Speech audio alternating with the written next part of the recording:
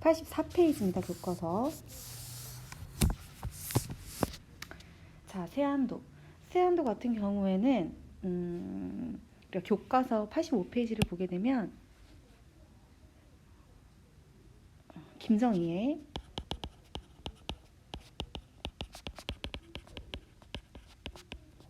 세안도 그림을 모티프로 해서 쓴 시라고 할 수가 있습니다. 모티프라고 하는 것은 소재라고 생각을 하면 되고요. 이 그림 같은 경우에는 그 당시에 김정희가 유배 생활을 고난하게 하면서 의연하게 견뎌낸 그 김정희의 그림이 나타나 있고, 그 당시에 그 유배 생활을 했던 김정희가 굉장히 고독하고 힘든 생활을 보냈지만 뭔가 정결하고 그 당시 상황을 의연하게 견뎌낸 그 선비의 자세를 볼 수 있는 그런 그림이라고 할 수가 있습니다. 이러한 그림의 핵심 모티브를 삼아서 서정시로 만들어낸 그 사람이 작가가 고재종이라는 작가입니다. 이 시 같은 경우에는 어떤 내용이냐면 가난한 농촌 마을이 겪는 풍경과 그러한 현실, 암담한 현실을 극복하겠다는 의지가 형성화된 시라고 할 수가 있습니다. 그러면 본문으로 넘어가도록 할게요. 난로 기우듬에 가는 마을 옆 회관 옆 청솔 한 그루가 꿋꿋하게 서 있다. 지금 마을 회관 옆에 청솔 한 그루가 지금 서 있다라고 말을 하고 있죠. 난로 기우듬에 가는 뭔가 난로 기울어 가는 마을 회관이란 소리는 뭘 의미하냐면 퇴락해 가는 농촌 현실을 의미합니다. 근데 뭐가 하나 서 있다고 합니까? 그쵸. 청솔 하나가 서 있다라고 말을 하고 있죠. 이거는 청솔의 어떤 모습?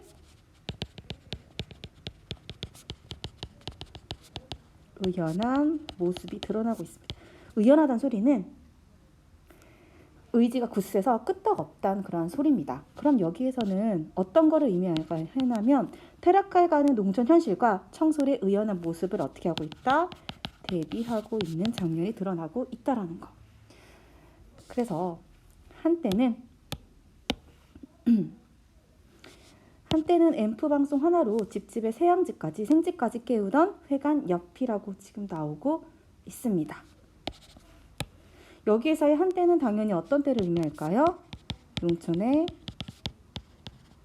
활기찼던 과거를 의미를 하겠죠. 근데 여기에서 중요한 것도 뭐가 있냐면 이 앞에 난로 기울어가는 회관과 이 집집의 생집까지 깨우던 이 회관, 옛날에 그 회관 같은 경우에는 굉장히 활기찼지만 옛날의 회관, 1년에서 나타났던 거는 굉장히 퇴락해가는 그런 그 회관이었죠. 그럼 여기에서도 퇴락해가는 회관과 그 다음에 활기찼던 회관에 뭐를 의미합니까? 그 모습을 대비하고 있다라는 거.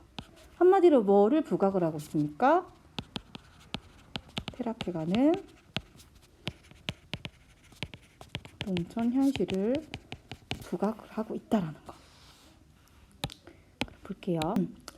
그 퉁치에 터지고 갈라진 아픔으로 푸른 눈 더욱 못 감는다. 지금 퇴락해가는 농촌 현실이 굉장히 아픈데 뭐도 지금 같이 느끼고 있다는 겁니까? 푸른 눈, 청솔이겠죠. 그쵸? 그러면 이 부분은 어떤 걸 의미를 할까요? 그러니까 마을 사람들과 함께하고 농촌의 아픔을 외면하지 않는, 농촌의 아픔을 청솔의 아픔으로 지금 같이 공감하고 있는 거죠. 농촌의 아픔을 외면합니까? 외면하지 않고 함께하는 존재, 청소를 의미를 합니다. 농민들의 삶과 함께 어떻게 하고 있습니까? 공감하고 있죠. 활기찼던 과거와는 달리 피폐해진 농촌 현실에 대해서 지금 나오고 있습니다. 그 다음 보도록 할게요. 그 회관에 들창 거널내는 대바람, 때마다 청소는 또 한바탕 노엽게 운다라고 지금 말을 하고 있습니다. 또다시 공감을 하고 있습니다. 이 부분 뭐라고 했습니까? 대바람은 얘들아 당연히 좋은 거겠어 나쁜 거겠어? 나쁜 의미의 그러한 시어겠죠. 농사, 농촌의 시현이겠죠. 청솔은 또 한바탕 노엽게 운다라고 했습니다. 한마디로 어떻게 농촌 현실에 대해서 뭐 하고 있습니까? 울분을 토하고 있죠.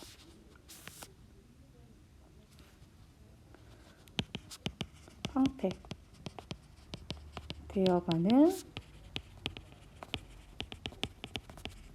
농촌 현실에 대해 울분을 토하고 있는 부분이라는 거. 노엽게 운다는 소리는 그러면 무슨 법이 쓰인 겁니까? 사람 아닌 거 사람처럼 표현한 거니까 우인법이 사용이 된 거겠죠. 청둥산 발달제 울고 넘는 이장과 함께, 이거는 노래인데요. 청둥산 발달제 울고라는 그 노래가 있는데 이거는 유행가 구절입니다. 노래 한 구절. 지금 농민들의 울분에 공감하는 청소의 모습이 보이고 있죠. 그 다음 볼게요. 생산도, 뭐를 만들어내는 것도, 그 다음에 새마을에 다 끊긴 궁벽. 여기 드디어 나옵니다. 또 생산도, 새마을도 다 끊긴 궁벽. 그러나 저기 난장판난 비닐하우스라고 나옵니다. 이 부분에서 어떤 걸 또 느낄 수가 있습니까? 이거는 농촌 경제의 피폐. 뭔가 안 좋아지고, 그쵸? 그 다음에 황폐해진 농촌 현실을 어떻게? 난장판이 난 비닐하우스라고 한 거는 황폐해진 농촌 현실을 어떻게 보여준다? 집약적으로 보여주고 있다. 집약적은 뭡니까? 추격해서 보여주고 있다는 거죠. 하지만 그쵸? 그 청솔을 바라보는 면모들 보아라. 꿋꿋하게 옆에 서 있는 청솔을 보라 소리는 어떻게? 주체는 누구입니까? 누구가 바라보는 거예요? 농민들이겠죠. 그쵸? 청소를 바라보며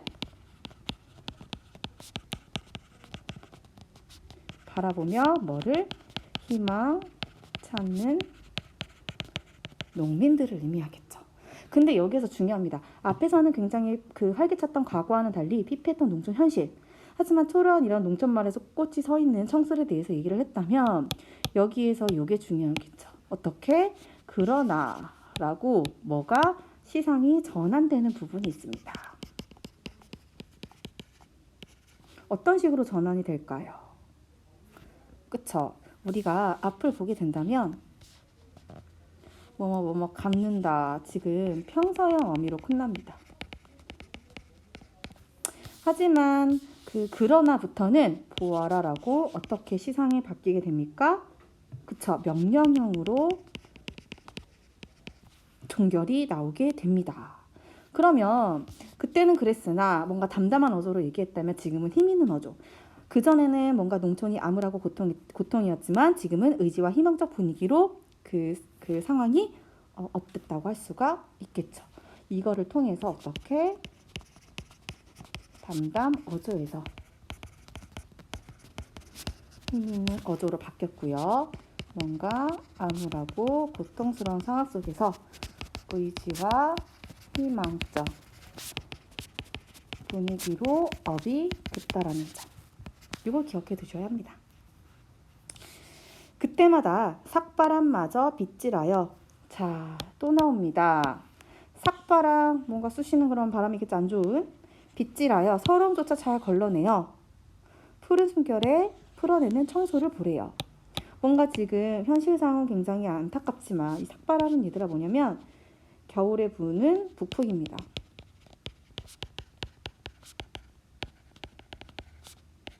시련을 의미해요.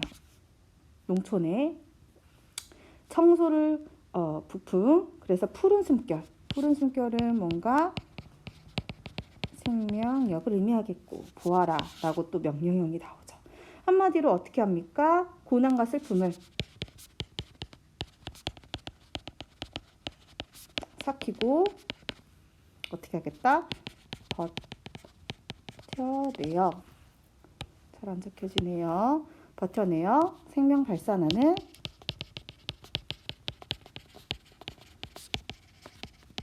청소를 의미를 하겠죠.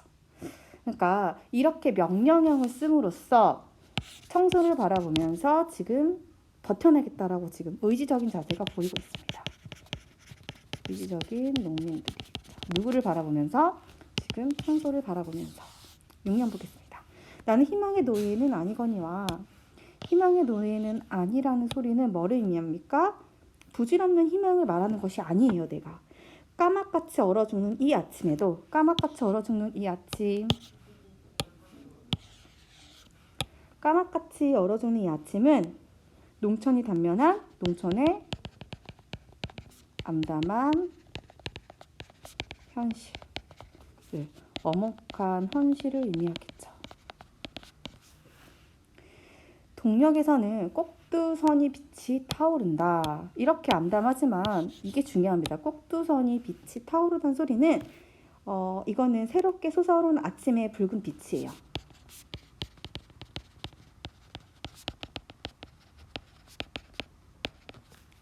그래서 이거는 뭐를 의미한다? 이렇게 암담한 현실을 가지고 있지만 청소를 바라보면서 꼭두선이 빛, 아침의 붉은 빛이 타오른다. 우리 빛이라는 거는 아침에 뭔가 어떤 모든 생명들을 깨워주고 뭔가 좋은 희망찬 그러한 것을 의미하겠죠. 그래서 새 희망을 의미를 한다라는 거. 자, 여기까지 했는데 우리 하나가 더 있습니다. 어떤 게 있냐면요. 여기에서 뭐가 있냐면, 자, 청소는 무슨 색깔을 했습니까? 푸른색. 나오죠? 시각적 이미지 뭡니까? 푸른색입니다. 그 다음에 어느 부분? 꼭두선이 빛, 어떤 거? 붉은빛. 시각적 이미지가 담겨 있다라는 거. 그래서 옆에다가 적으세요. 어떤 거? 시각적 이미지를 사용을 해서 어떻게 하고 있다? 힘겨운 농촌 현실 이겨내려는 희망을 담고 있다라는 거. 무슨 말인지 알겠습니까? 그 다음에 뭔가 혹독한 현실 속에서 경제적으로 피폐해진 농촌의 현실을 드러내는 구절은 우리 아까 계속 배웠습니다. 어느 부분? 날로 기울어가는 회관, 들창, 대바람이 불 때. 그 다음에 생산도 마을도 다 풍긴 궁벽, 난장난 비닐하우스. 이렇게 선생님이 조친 부분은 뭐를 의미한다? 그쵸? 혹독한 현실 속에서 경제적으로 피폐해진 농촌 현실을 드러내고 있는 구절이라는 거. 페이지. 이 학습활동 하도록 하겠습니다. 86페이지 1번에 1-1, 1-2, 1-3은 앞에서 다 했던 거기 때문에 굳이 선생님이랑 할 필요 없고요. 우선 요거 다시 한번 중요한 부분이기 때문에 넘어가도록 하겠습니다. 자, 앞의 활동을 바탕으로 마지막 년의 의미를 생각해보자. 마지막 년의 그 의미를 생각해 보려면 이제 선생님이 여기에다가 그 마지막 년을 따왔어요. 자, 보겠습니다. 나는 희망의 노래는 아니거니와 까맣같이 얼어 죽은 이 아침에도 저 동력에선 꼭두선이 빛 타오른다 라고 지금 말하고 있습니다. 지금 나는 희망의 노예가 아니다라고 말하는 것은 화자가 말하는 희망이 부질없고 허황된 것이 아님을 지금 강조하고 있죠. 그러니까 그 이전에는 굉장히 불행하고 힘들고 이런 상황이었으나 이 희망, 이 화자가 갖고 있는 희망은 부질없는 것이 아니라고 여기서 말하고 있습니다. 비록 까맣같이 얼어 죽는 이 아침에도 저 동력에선 꼭두선이 빛, 뭔가 붉은 빛이 타오른다라고 앞에서 배웠었죠. 이 말은 무엇이냐면 지금까지 황폐한 농촌 현실을 청소를 바라보면서 청소과 같은 생명력을 지닐 수 있다라고 긍정적으로 그러나라는 시상 전환을 통해서 우리가 얘기를 했었죠. 그래서 이 밑에 보게 되면 황폐한 농촌 현실에서도 청소과 같은 생명력과 의지가 있다면 결국 뭐를 이겨내고, 그쵸? 어둠을 이겨내고 무슨 날 희망의 날이 있을 것이라는 믿음이 드러나고 있는 부분입니다. 선생님이 하나 더 말해줄 게 있는데 세한도라고 했었죠. 이 세한이라는 거는 매우 심한 한겨울의 추위를 의미합니다. 이 한겨울의 추위를 견뎌내지 못하진 않을 거라고 지금 믿고 있는 거죠. 뭔가 희망을 품고 있다라는 거. 자, 그러면 그 다음 부분 넘어가도록 할게요. 87페이지입니다. 87페이지 학습활동입니다. 자, 다음은 김정희의 그림 세안도에 대한 설명이다. 이를 바탕으로 그림과 시의 관계를 생각해보자 라고 말하고 있습니다. 세안도는 김정희가 제주도에 유배되었을 때 사제간의 의리를 저버리지 않고 찾아온 제자에게 그려준 그림이다. 추운 계절이 된 뒤에야 소나무와 잣나무가 시들지 않음을 안다 라는 논어의 구절을 주제 삼아 겨울 추위 속에서 이 소나무와 잣나무가 청청하게 서 있는 모습을 화폭에 담아내었다 라고 지금 말하고 있습니다. 그러면 이 세안도라는 시와 그림 세안도에 대한 공통점과 차이점이 뭔가 미묘하게 있겠죠. 그 미묘한 점에서 내가 한번 선생님이 설명하도록 하겠습니다. 우선은 공통점 볼게요. 처음에 뭡니까? 겨울을 배경으로 하고 있고 소나무에 뭔가 꿋꿋한 면모를 지금 보여주고 있죠. 그림에서도 마찬가지로 세안도에서도 청솔이라는 그러한 소나무의 꿋꿋한 청솔이죠. 그런 면모를 보여주고 있습니다. 그럼 차이점은 뭘까요? 이게 좀 중요하죠. 자, 그림에서는 선비의 의리나 절개의 모습을 보여주고 있지만 시에서는 황폐하는 농촌 현실을 어떻게 하려는 극복하려는 농민들의 모습을 드러내고 있다라는 거. 이거는 분명한 차이점이죠. 그 다음에 2번 보도록 하겠습니다. 그림을 차용은 빌려서입니다. 차용하여 이 시를 창작함으로써 어떤 효과를 얻게 되는지 자 볼게요. 힘겨운 유배 생활을 의연하게 견뎌내는 정결한 지조와 의리를 지키는 선비의 절개를 형상화한 그림, 세안도였죠. 이거를 빌려서 뭐를 창작했습니까? 시를 창작해서 이게 중요하죠. 힘겨운 농촌 현실을 극복하려는 농민의 의지를 부각을 시키고 있다라는 거. 이거는 청소를 통해서 계속 나타내고 있다고 말을 했습니다. 뭔가 고난과 슬픔을 삭히고 이런 힘겨운 현실 속에서도 희망을 잃지 않겠다라는 그런 내용이 가득 담겨 있는 그런 시였죠. 그러면 3번 볼게요. 1과 2의 활동 결과를 바탕으로 인접 분야로서 그림과 시의 관계를 생각을 해보자. 예를 들어서 요즘에 이런 것들 많죠. 인접 분야. 웹툰이 소설이 되기도 하고 얼마 전에 아니면 요즘에는 굉장히 그런 거 많습니다. 웹툰이 이제 영화되거나 웹툰이 이제 드라마가 되는 경우가 요즘엔 굉장히 많죠. 그렇기 때문에 이렇게 그림과 시의 관계를 생각을 해보자 했을 때 그림은 미술이죠. 시는 문학입니다. 모두 뭐를 형상화하는 인간의 삶을 형상화하는 예술로서 주제, 소재 측면에서 연관성을 지니고 있다. 그래서 항상 뭡니까? 새로운 작품을 창작할 때 서로 영향을 줄 수밖에 없다라는 거. 물론 시가 소설이 되기도 하고 웹툰이 되기도 하고 이런 경우 굉장히 많죠. 선생님은 좀 아쉬운 게 요즘에 컨텐츠들이 웹툰 아니면 그냥 이런 각본 같은 게 많이 없어서 굉장히 아쉽기도 합니다. 인기 많은 웹툰을 드라마화하면 뭔가 이슈화가 되고 재밌기 때문에 많이 이제 차용해서 쓰겠죠. 자, 그러면 3번 보도록 할게요. 보기는 이 시가 창작될 무렵에 농가 인구 변화와 농가 부채 변화를 보여주는 통계 자료이다. 이를 바탕으로 문학과 사회의 관계를 탐구해보자 라고 지금 말을 하고 있습니다. 요즘 한번 생각을 해볼까요? 물론 귀농하는 사람들도 굉장히 많겠지만 농촌 같은 데 보면 젊은 사람도 있어요, 없어요? 그렇죠, 없죠. 없기 때문에 요즘에는 다 나이가 있으신 분들이 이제 농사를 많이 지시는데 여기 그래프를 보게 되면 전국의 인구는 지금 이렇게 올라가고 있는데 농가의 인구는 점차 내려가고 있습니다. 80년대부터 95년대까지 농가의 부채는 뭡니까? 빚이죠. 부채는 어떻게 계속 올라가고 있죠. 이러한 면모를 통해서 1의 보기를 자료를 통해 1번 농촌의 상황을 파악하고 이 시와 관련이 있는지 이야기를 해보자. 당연히 관련이 있습니다. 1번에서 농가 인구가 감소하고 있었고요. 그래프에서 방금 얘기했죠. 농가의 부채 빚이 증가하고 있는 이런 현상이 보였습니다. 그래서 어떤 내용? 농촌이 경제적으로 어려움을 겪고 있으며 사람이 줄어들어 점차 퇴락하고 있는 농촌의 모습을 보이고 있습니다. 그래서 이 시에서는 황폐한 농촌의 모습을 구체적으로 형상화하고 있는 장면이 굉장히 많았죠.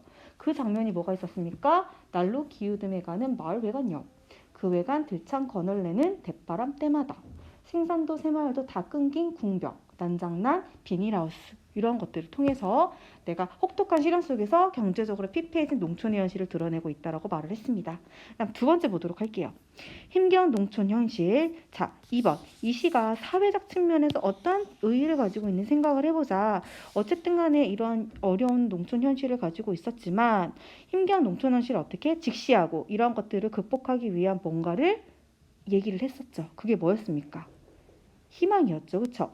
그래서 사회의 부정적 상황, 사회 부정적 상황에 문제의식을 제기를 하고 해결해 나가는 그러한 자세의 중요성을 지금 깨닫게 해준다라는 거. 이 작품이 이러한 내용이라고 할 수가 있습니다.